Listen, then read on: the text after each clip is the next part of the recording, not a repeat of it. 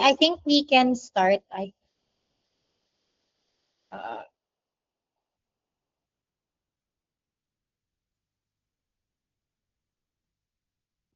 Uh, Wait, sorry. May tumawag lang. Sorry, clear naman ako, no? Yes po. Okay. So, hi guys. Good afternoon. Welcome to the briefing ng Arena Plus Responsible Gaming Convention. Okay. So, for this one, this is going to be a concept deck presentation on Monday. So we already have our slot. It's going to be three agencies presenting lang. All agencies are actually recommended by Arena Plus. So I'll explain to you later kung sino yung client natin. The presentation will be on Monday, 3 p.m. It's going to be just online. Actually, they didn't say current budget, but I'm just expecting this is going to be around 5, max 10. Um, so for background, of course, we are all very familiar that Arena Plus is under DigiPlus. Now, I would just like to let you know that the client tapping us is actually Silver Machine Digital Communications. So they are a new independent creative agency based in the Philippines. They're currently handled by most people from A Sachi and Sachi. Now kasi sila yung tinap ni Arena Plus to initially present what do you call this? Digital plans, parang digital plans for the responsible gaming convention. And now Arena Plus kasi wants to expand it to have an on-ground event.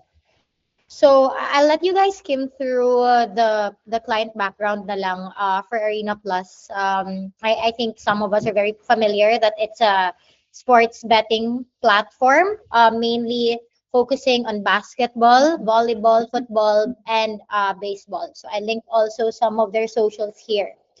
So let's go straight to the project overview. So currently, the project title is the Arena Plus Responsible Gaming Convention. Now they've already set the date, not really set, but they are targeting to have this mid-August. So it's going to be a 2-day convention, August 15 to 16, 2026.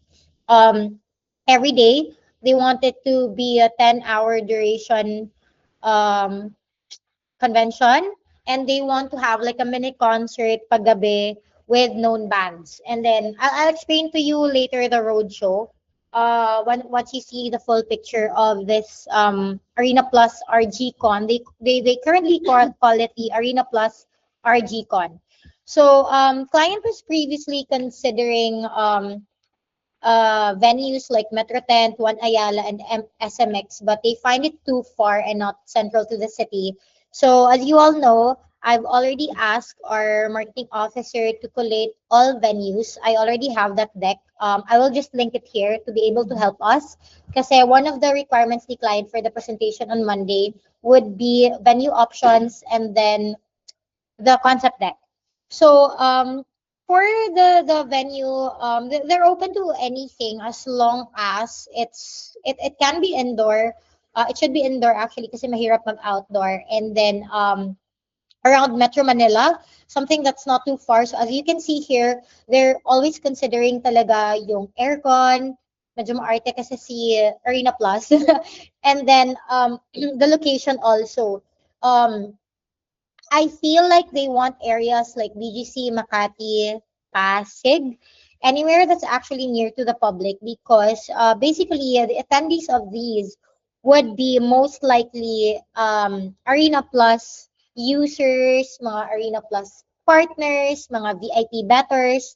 So 1-5, they're gonna open it to 1-5 people and yeah, so yun siya. I think we're very familiar naman na who their target market is. But this time, with this responsible gaming convention, given nga that they want to make this event very educational, they want to tap the younger audience. So aside from the existing Arena Plus sports fan and bettors, and the casual or everyday players, and the sports community fans na, like for example, di ba usually yung mga naglalaro sa Arena Plus, of course, only 21 above. Parang they wanna tap the younger market kasi previously also with Arena Plus when they tried to share to us some studies on their market. Usually kasi, of course, ang mga mas matataas yung bet is, of course, the older ones. But the younger ones, they actually still drive, what do you call it? How do you call it? Sales or whatever? Basta, they actually still drive um, bet, basically, in the app because sila yung parang mas digitally aware of what's happening. They're more social because um they are more into they're more aware of the current trends or what's happening, especially in like the betting world. So ayun na nga. So Arena Plus, they are currently shifting the paradigm of player safety by launching it. This is actually a first of its kind campaign designed to own the national conversation about responsible gaming. So they want to grounded in the deep seated reality of the sorry, that's local of the local sports community. This initiative, they want to bridge the behavioral advocacy with entertainment through the upcoming Responsible Gaming Convention or RGCon. Kasi 'di ba, si Arena Plus, yung key message nila lagi is ano nga 'yun? Nawala na sa isip ko. Andito 'yun, parang yung always have a game plan, parang like bet responsibly or something and always have a game plan. So, right now, based on their insights, the Filipino sports bettors operate under a very unique dichotomy. So, they are fans first and then bettors second. So, their behavior actually is driven by team passion. Like, for example, recently with the NBA Finals, di ba? They're driven by that. Like, are you Knicks or are you a Spurs fan? And then, of course, yung pinakita ko kanina with the illusion of control and belongingness sa kung anong team ka. Isa yan sa mga like drivers for them to bet. Like they have a deep emotional connection with the players or the teams that they're currently betting. And then, so with this insight, the core challenge is actually to fuel the Filipino sports fans and yielding love for the game while reminding them to keep their betting habits in check. Kasi, um, 'di ba, very ma-issue ngayon yung mga ganitong company.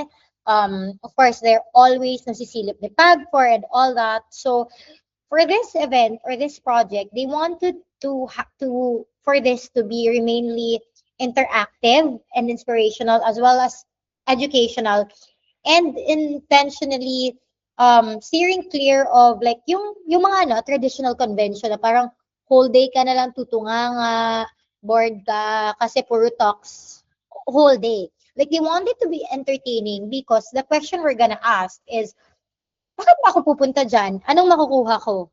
Aside from learning to be a responsible gamer. So, the big idea here is that this was actually created by the Silver Machine, yung digital agency nila, which the client like is Cheers for Responsible Gaming.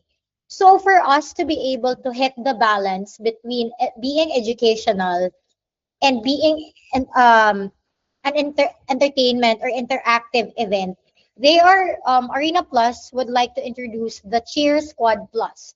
So this is going to be a dedicated morale boosting cheer squad assembled specifically for the sports fan betters. So just as professional sports team rely on cheer squads to lift their spirits during tough games, itong mga Cheer Squad Plus, sila yung taga-remind sa mga Arena Plus sports better to bet responsibly, to play responsibly, to always have a game plan, to maintain discipline and watch their betting habits that need the exact same boost of morale the way you would cheer for a team. So that's the reason behind the Cheers for Responsible Gaming big idea. So ngayon, uh they're parang they're using terms really with in terms of like squad goals, cheers for responsible gaming. So, to encourage more sports fans and gaming enthusiasts to be part of the Arena Plus RGCon, uh, they will align the RGCon with a cheer dance squad campaign as well, because this will give them entertainment factor that brings people in. Ito na dito na papasok yung event natin, which is on-ground activities and boost that can boost excitement. But literally, the centerpiece really of the project is that it will be combining fun and being responsible or disciplined better through a series of talks, roundtable discussions, and games that engage the audience. So currently, I would like to show the current ito yung um ano nila, the current squad of Arena Plus. So these are the members. Their cheerleaders would be Jessie, Lucky, Ellen. They're the current, what do you call this? They are the current ambassadors, endorsers of Arena Plus. And then the cheer dancers, we can tap a specific cheer dancing team. And then the cheer coach would be Manny Pacquiao. He's also an um, Arena Plus ambassador. And then okay, so I'll go back sa taas. So dito, since the Silver Machine nga, the digital agency already provided us basically with the big idea, the messaging and the framework. Basically our role as the events agency is to give them parang visibility and like a concept of how the RGCon or the Responsible Gaming Convention can be mounted through these initial ideas that they have. So again, as mentioned earlier, RGCon would be a balance of fun and responsibility. So there should be entertainment and there should be talks, roundtable discussions, and other panel discussions that we may think of. So I'll put you first to the initial part of the program that they are going to be looking for. So they don't have a specific program in mind yet for the 2 day convention, but what they want to see in the program is that there would be pep talks. So these are going to be ito dito na yung part na sinasabi ko na magkakaroon ng educational part because they would like to invite para mga resource speakers to share their expertise on gambling and addiction. So parang, for example, ito sinasabi nila, psychologist, uh, he or she would share insights on what makes sports betting addictive and paano siya ma-prevent and paano ma-overcome. And then Seagull Flock also, they're an agency actually also na nakabantay in terms of betting. And then, for example, also an HR specialist that touches on the workplace. So, sa mga ganon, parang we can recommend who will be the experts that can do the talk to be able to share educational insights towards gambling and how to prevent gambling addiction. Another part of the program would be squad formation. So this is what I'm telling you that they're going to look for in the program as well in the 2 day event would be like a panel discussion. So they would have like grounded or parang round table discussion between mga survivors of gambling. Like they would talk about their experience, ano mga reason ba't umabot sila sa ganyan, and how they were able to get out of it.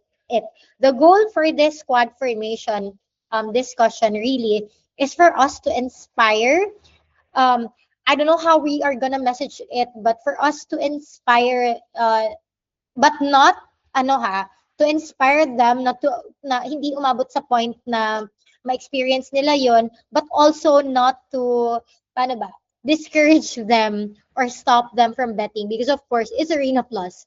It's a betting company. It's more likely of just them sharing their story and ensuring that them being a responsible better and a more disciplined better. Another um, part of the program that they would be looking at would be cheer up. So gusto nilang may cheers na part. So if you guys watch basketball games and all that, meron yung mga chant, di ba? So, for example, eto, may nilagay kasi sila dito. Like, for example, uh, yung chant na ikulong na yan, mga karakot, they are currently proposing it to translate to before you bet, i-check ang budget. So something like that. If we can also create like chant similar to that, and then nakalimutan ko, sorry, hindi ako taga UST. UST kasi to na chant yung isa. Nakalimutan ko, basta tono siya ng USD o orasan. Orasan. Hindi ko sure, guys. Sorry, ililink ko na lang yung deck. Basta chant siya. I'm so sorry. Basta chant siya. Um, but, ano siya, parang may ganyang factor. Para ma-feel talaga nila overall yung squad, the cheerleading theme of the program. And then cheer up. So this could be um, high engagement intermission numbers, like gamified segments designed to keep the atmosphere light and positive despite the topics.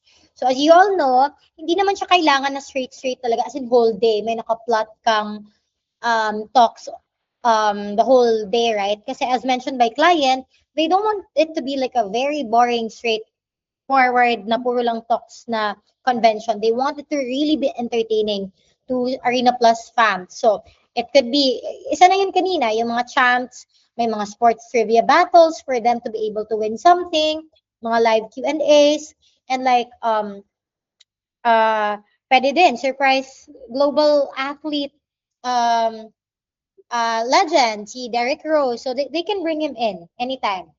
We can include him para part siya ng highlight of the program. And then dito na din papasok yung product, or of course, the presence of Arena Plus as a brand. There should be an Arena Plus representative that walks the audience through the how I wish, ang mahal nila, charot.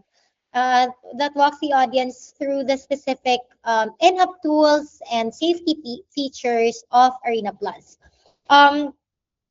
And then this is one of their plans then also that was proposed by Silver Machine, the digital agency of Arena Plus.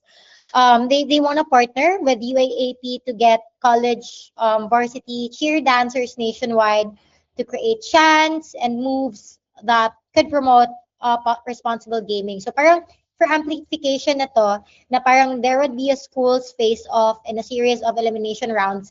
Pero that cheer dance competition will be sponsored by Arena Plus. So, and of course, it can also be streamed through Arena Plus. So, pwede din yan.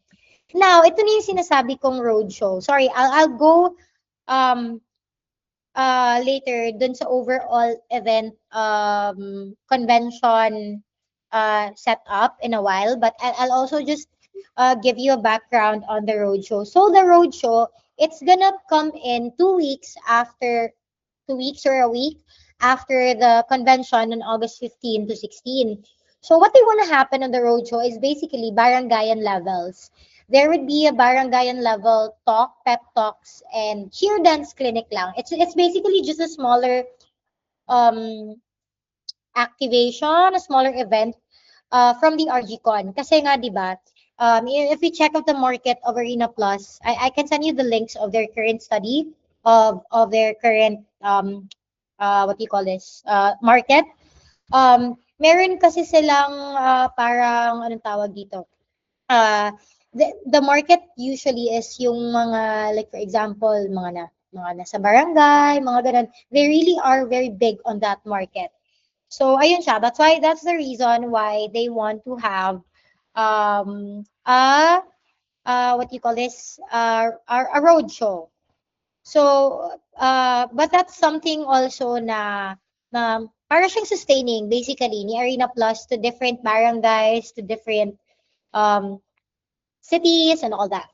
So now we go back to the Arena Plus RGCon, the 2-day event. So basically, this is going to be a whole day convention. It's a 10-hour convention once again.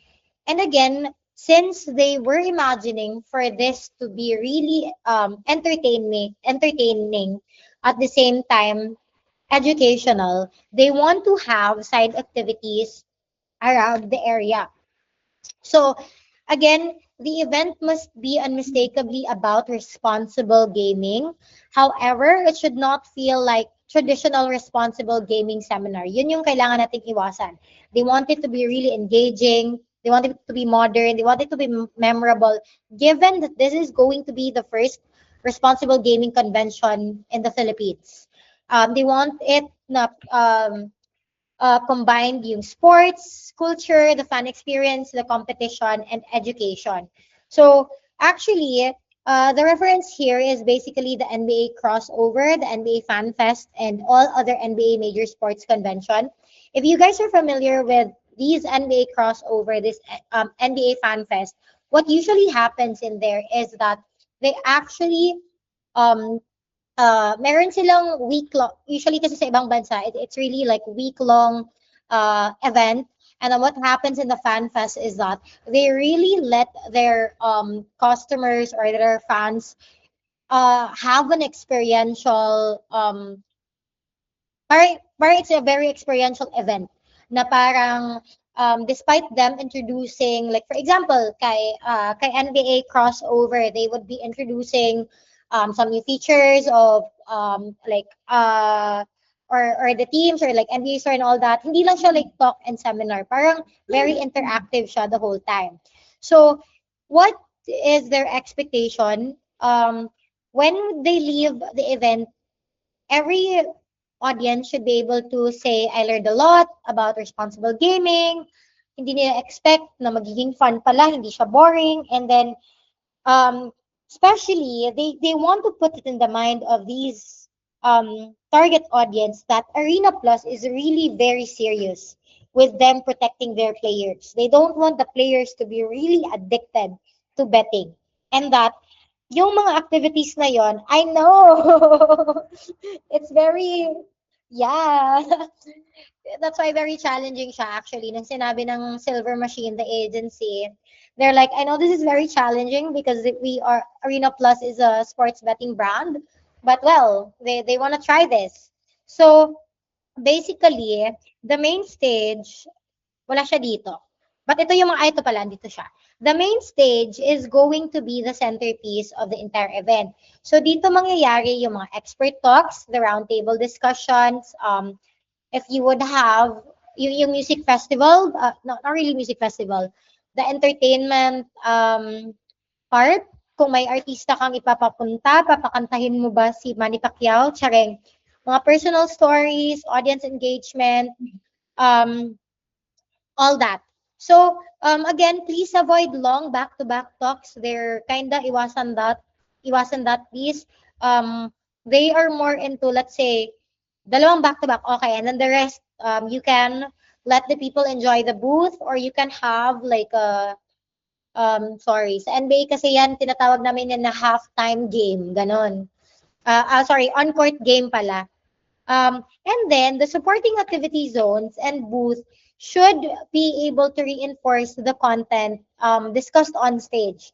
So, um, dapat yung mechanics mo sa lahat ng side activities related siya so kung ano yung magiging topic mo here sa main stage.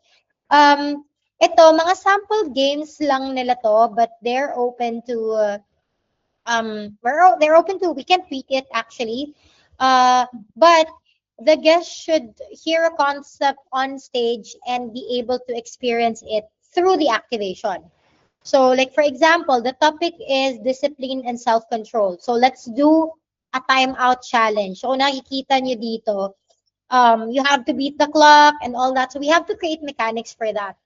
And now, gusto kasi ni client na very Arena Plus kasi, to give you a background, Arena Plus kasi very mapagbigay sila sa mga audience nila. So we will have a game plan parlay passport. So what is a parlay? If you guys are familiar with betting, or if you are familiar with NBA games, you remember when you create like a bracket marami kang i-fill out. But in our simpler terms, in events terms, a parlay is basically just an event passport. So what's going to happen is that um, the guests should complete the activities, because the more they complete activities, the more prizes they win. So for example, if they finish one, they can claim an AP tote bag. If dalawa, additional lanyard. If tatlo, additional Pacquiao boxing hand drop. So they can collect all these, and they're able to get more at the end of the day. So basically, ang dami nilang makukuha. So each stamp, parang isa-stamp mo yung parlay or the passport to be able to see if they have literally completed the game plan parlay. So now, ito lang siya. The responsible gaming highlights that we should know actually is that it should support awareness and understanding of the daily betting limit, um, the weekly betting limit, monthly betting limit, and the daily gaming duration, the gaming schedule. Parang, wait, I'll just open the file from Seagull. So ito kasi si Seagull, parang they're, ay, sorry, I'll share this tab instead. So Seagull is like a partner organization na parang uh, they are helping Arena Plus, plan out campaign for responsible gaming. So actually, marami tayong insights na makukuha from here, and like strategy, kung ano yung pwede nating maging talks, because basically this is what oops, ay hindi ko pala siya ma-edit. Ito yung content na gustong makita ni client. So um ayun na nga siya.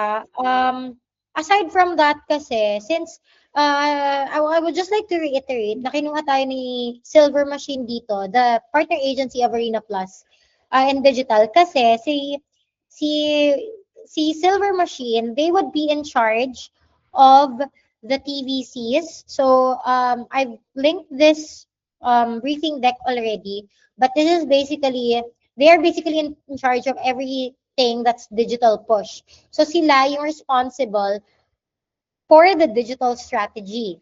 Like for example, ito may meta content sila for the series, may cheer dance tutorials, may filter sila on TikTok. So now, part of our concept deck also, we should be able to also strategize how are we able to invite people to go to this responsible gaming convention event, given that this is going to be new to their ears, and that basically bago siya overall, as in it's going to be probably the first time in the Philippines. So ayun siya, the ito yung sinasabi kong run kanina, that the flagship event is gonna be in Metro Manila. That's going to be the August 15 to 16, the flagship RGCon. So that's gonna be to be in Manila. And then the road show will be in barangays. I've already client already has their considered para mga cities, and then as mentioned, I already have like the initial venue deck for this, so that it could help with our pitch. Ilalagay ko na lang siguro dito yung expectations on the concept deck. Wait, let's ano na lang here, concept deck checklist. Honestly, I would like to see key visual, program flow, side activities, and mechanics, and strategy, buzz awareness strategy. Kasi guys, just to give you a heads up, we don't have to worry about the merchandise, because client produces their own merchandise.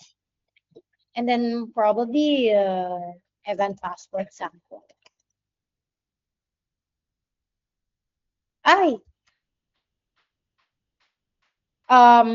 Actually, overall pala, we still need to parang create like a kasi 'di ba we already have the big idea here. So basically, from this big idea, we just flesh out the concept, yung current concept nila which is squad goals. Cheers for responsible gaming. Kasi nagustuhan na daw siya ni Sue. Ay, saan ba ako pumunta? Oops, sorry.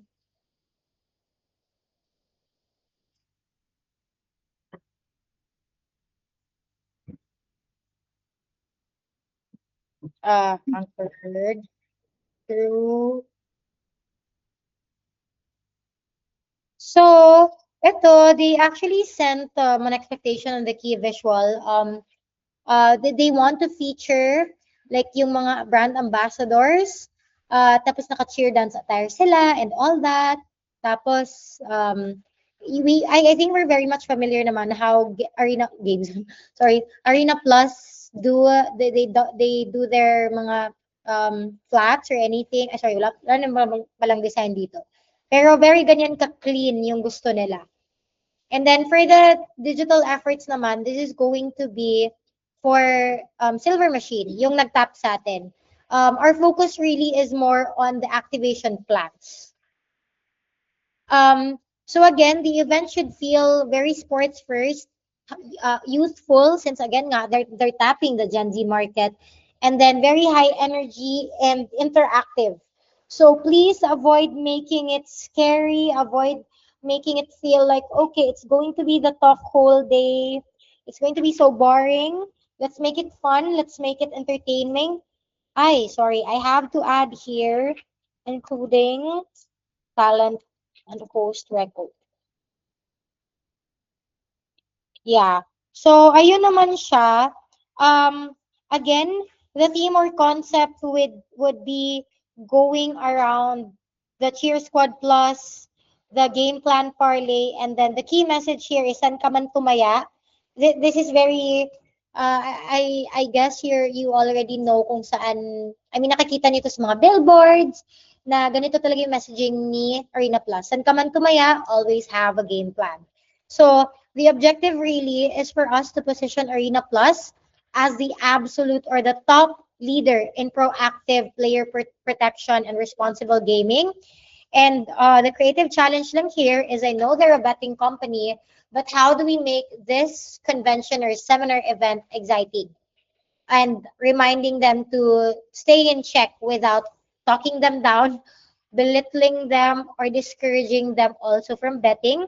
And basically, execution-wise, it's from awareness to action. That's why kanina sinabi ko, sa programs, the talk should have correlation sa mga side activities.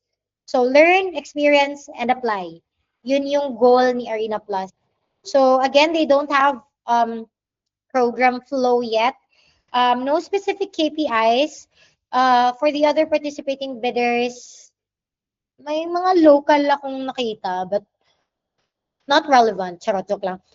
We are two or three dito na nagtatalo, but Arena Plus, though personally requested for Eventscape to pitch for this project, mandatories ko lang please, if we are going to propose something like in mechanic, mandatories, no on-site betting. Always, yeah, never nagpapa-on-site betting si Arena Plus in any of their mechanics. It's always gonna be, like for example, if we anchor it to the prediction or anything, mga ganyan, we can copy, like mechanics ng mga, like sa mga games nila sa app, but no actual betting, no actual money, no cash in, no everything, no cash involved. Always remember, let's always follow standard regulatory elements. I think this applies especially for design. Lagi itong nasa baba, lagi siya nasa mga visuals nila. And then next would be tone guardrails. Again, not lecture heavy, not clinical. It should be high energy and youthful. Tapos sa mini concert, yung sinabi ko kanina na the 8 to 10 p.m. would be like a mini concert. please lock in, or we can check out local bands, like Ben and Ben, Four of Spades, Cup of Joe, Mackie, or Lola Amor, or we can always propose more. So ito lang yung parang mga top ask ni client sa atin. Um, Again, this is just AI generated. We can always propose anything outside of their current um their current idea, because ang gumawa nito is a digital agency. They're not an events agency, so that's why they're heavily reliant sa atin on feasibility, on familiarity, on also connection sa program and sa actual activation. This is also their KV, pinakita ko na yan kanina. So I already have here all the logo, some of the merch actually that we've I know naman si Arena Plus, they usually just reuse their merchandise also. So ganun lang siya. Um for additional, I will link here pala this deck. It also has the study of yung galing kay Seagull. So add ko na lang yan siya. And you can see the full deck um from this event.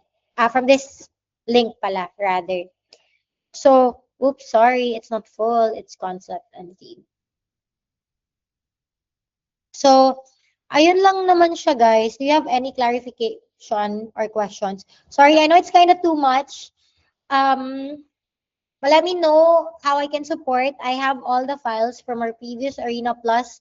We did a lot of pitches for them. I can link that to the CCBG.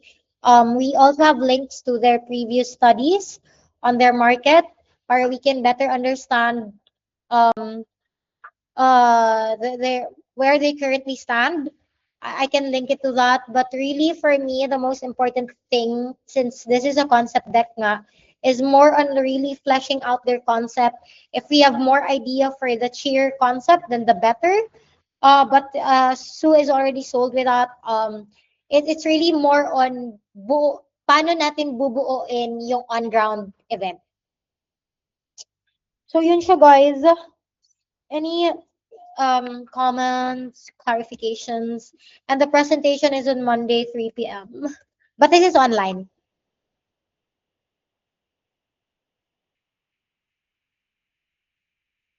Team, hola. Out na kayo? May 16 minutes pa, uy. Hello Wala na ba? po. Yes.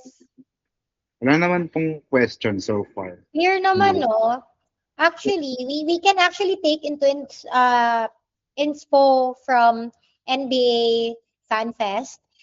Though, ang challenge ko lang sa inyo with that is really, how do you relate the side activities to to bridge it to the responsible gaming topics? Yun yung challenge eh. I think it's easy for us to create activities because basically sobrang dali lang niya, puro lang yan.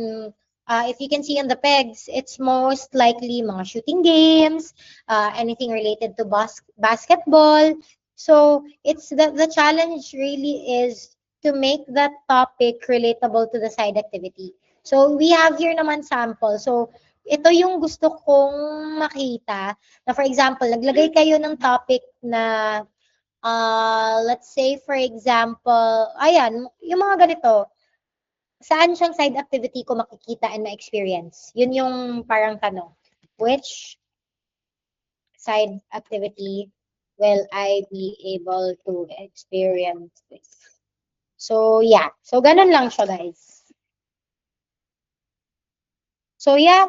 I think everything's clear. Feel free. I'll try to check and update the CCBG with all the links I have on their target market, on all um I everything that can help us with Arena Plus. But I think I linked everything here naman. If you guys have other questions, feel free to message na lang the group para masagot ko kayo. Like if you're not familiar with how the app works or anything, you can always download it para you can check and experience it firsthand. You can bet if you want, charing, or you can experience. And tingnan mo kung nakaka-addict ba talaga siya. Charot. Sagot niyo ba? That Sagot is niyo? what you call immersion. Sagot niyo? Ako na sasali. Ano? Sagot niyo ba? So, yun lang naman, guys. I know this is super short notice, but I think kaya naman natin to. Everything's there. Just more on really mechanics and sample pegs. Hingin ko lang talaga sa deck mga pegs talaga. Let's add more pegs. We can do AI if we want to. But para lang din ma-visualize ni client, because just to give you a heads up, I'm not sure if Sue will be joining from Arena Plus, because I think we'll be presenting first to Silver Machine, their digital agency. But based on experience, they're very visual as clients. So let's try to give them that. So ayun lang naman. If no questions, I think we're good. Sorry, I have another call. But yeah, thank you, team. I'll just update this as soon as possible. Kung may makita man akong other items. Thank you. Bye-bye. Thank you, Promise Jane.